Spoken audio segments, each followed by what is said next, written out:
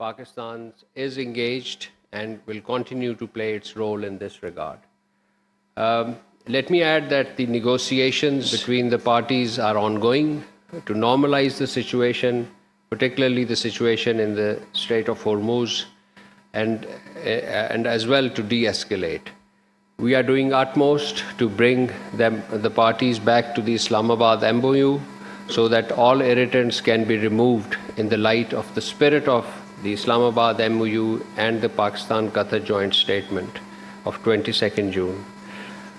We encourage the parties to exercise maximum restraint and fully adhere to their commitment to resume technical level talks for the implementation of the Islamabad MOU in line with Pakistan-Qatar joint statement of 21st June 2026.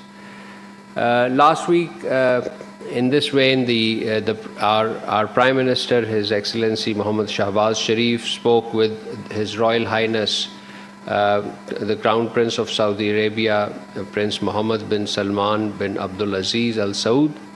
During the call, both the distinguished leaders agreed to continue working very closely to maintain regional peace, stability, and the uninterrupted flow of lawful maritime commerce through the Red Sea as well as the Strait of Hormuz in this wider region. Following up on this important telephone call, and 2 days later, on the 25th July, the Deputy Prime Minister, Foreign Minister, Senator Mohammad Ishaq Dar, held a telephone conversation with the Foreign Minister of Saudi Arabia, Prince Faisal bin Farhan Al Saud. They discussed the latest regional developments, reaffirmed the close and brotherly ties between Pakistan and Saudi Arabia, and underscored the importance of continued diplomacy and constructive engagement for regional peace and stability. On 28th June 2026, the Deputy Prime Minister, Foreign Minister, held a telephone conversation with the Jordanian Deputy Prime Minister, Foreign Minister, Mr. Ayman al-Safadi. The two leaders discussed the worsening situation in Palestine, condemned Israeli actions, and emphasized coordinated diplomatic efforts and reaffirmed their commitment to regional peace and security. And yesterday, ladies and gentlemen, you all covered the visit of the Foreign Minister of the State of Kuwait, His Excellency Sheikh Jarrah Jabir Al-Ahmad Al-Sabah. He was in Islamabad for an official visit at the invitation of our Deputy Prime Minister, Foreign Minister. This was an important visit, both in regional context as well as in bilateral terms. Pakistan and Kuwait reaffirmed their strong and long-standing bilateral partnerships, agreed to deepen cooperation, particularly in trade, investment, energy, IT, agriculture, education, health, and other priority sectors through sustained high-level engagements and establishment of the joint working groups. The Deputy Prime Minister and Foreign Minister welcomed Kuwait's ratification of Pakistan-Kuwait Defense Cooperation Agreement, describing it as a significant step towards strengthening institutional defense ties and collaboration between the two countries. The two sides also exchanged views on regional and national developments and pledged to continue coordination at multilateral forum and reaffirmed our shared commitment to further advance this important fraternal relationship. Ladies and gentlemen, last Friday, the Deputy Prime Minister, Foreign Minister participated in the Shanghai Cooperation Organization Council for Foreign Ministers meeting in Kyrgyz Republic. He reaffirmed Pakistan's commitment to the SCO Charter, regional connectivity, peace, China-Pakistan Economic Corridor, as well as the China's flagship Belt and Road Initiative, while and also invited the SCO delegations to the Commonwealth Heads of State Summit that is to be held in Pakistan in 2027. On the sidelines, the Deputy Prime Minister and Foreign Minister met the Foreign Minister of Kyrgyzstan, China, Iran, Kazakhstan, Belarus, Tajikistan, and he also called on the President of the Kyrgyz Republic, the host of this event.